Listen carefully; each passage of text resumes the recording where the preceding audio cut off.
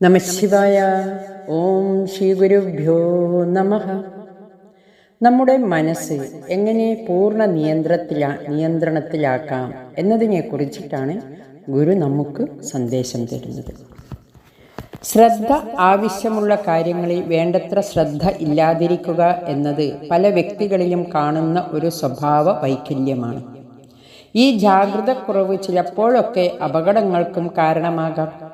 അവശ്യ കാര്യങ്ങളിൽ ജാഗ്രത ഇല്ലാതിരിക്കുന്നത് മദ്യപാനിയായ ഒരാളെ വീടിനു കാവൽ നിർത്തുന്നത് പോലെയാണ്.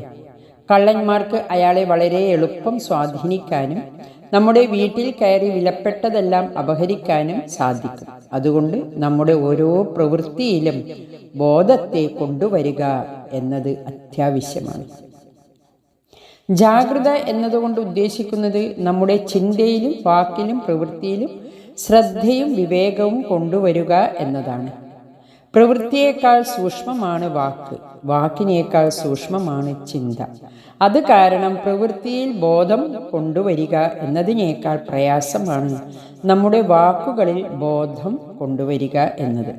അതിലും പ്രയാസമാണ് ചിന്തയിൽ ബോധത്തെ കൊണ്ടുവരിക എന്നത്. ചിന്തകളെ നിരീക്ഷിക്കാനും നിയന്ത്രിക്കാനും കഴിഞ്ഞാൽ നമ്മുടെ വാക്കുകളും പ്രവൃത്തികളും മികച്ചതാകും. മാത്രമല്ല, നമ്മുടെ ലക്ഷ്യം എന്തുതന്നെയായാലും അതിനെ സാക്ഷാത്കരിക്കുക എന്നതും എളുപ്പമാകും.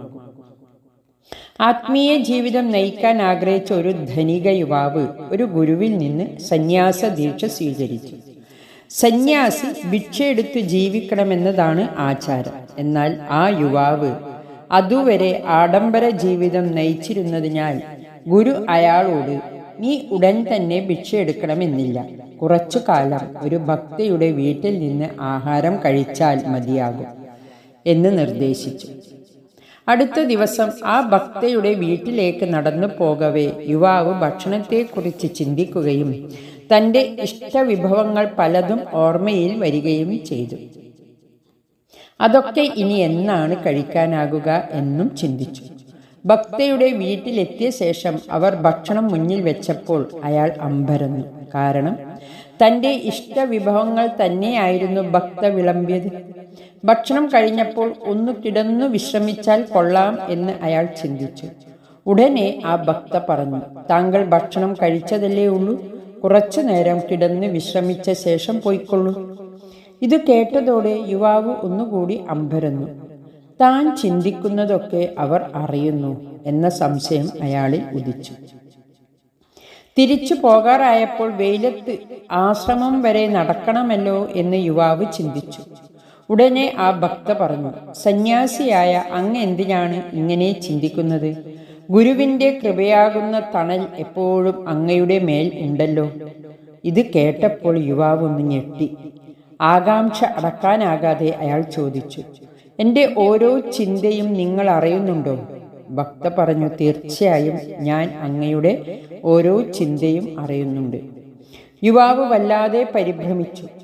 ആശ്രമത്തിൽ എത്തിയ ഉടനെ യുവാവ് ഗുരുവിനോട് പറഞ്ഞു, ഇനി ഞാൻ ആ വീട്ടിലേക്ക് പോകില്ല. ആ ഭക്ത എൻ്റെ ചിന്തകളെല്ലാം അറിയുന്നു. അവരെ കണ്ടപ്പോൾ എൻ്റെ മനസ്സിൽ കുറച്ച് ആകർഷണം തോന്നിയിരുന്നു. അതും അവർ അറിഞ്ഞു കാണും. അപ്പോൾ ഗുരു പറഞ്ഞു, അതൊന്നും പ്രശ്നമല്ല.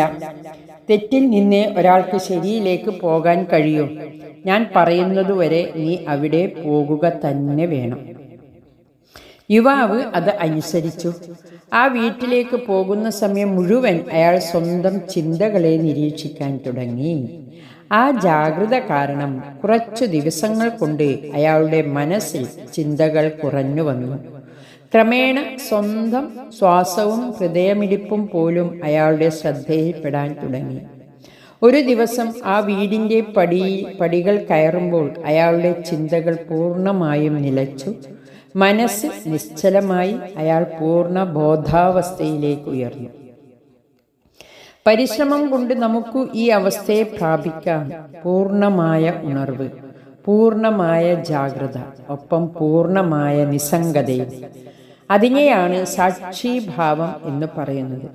നമുക്ക് ജാഗ്രത വേണം, എന്നാൽ ടെൻഷൻ ഇല്ലാതെ ജാഗ്രതയാണ് ആവശ്യം. യഥാർത്ഥത്തിൽ ശാന്തവും നിസ്സംഗവുമായ മനസ്സിൽ മാത്രമേ ശരിയായ ജാഗ്രതയുണ്ടാവും. ശാന്തതയിലാണ് നമ്മുടെ മനസ്സിൻ്റെ കഴിവുകൾ ഉണരുന്നത്. അതിനാൽ സ്വന്തം മനസ്സിനെ നിരീക്ഷിക്കുക.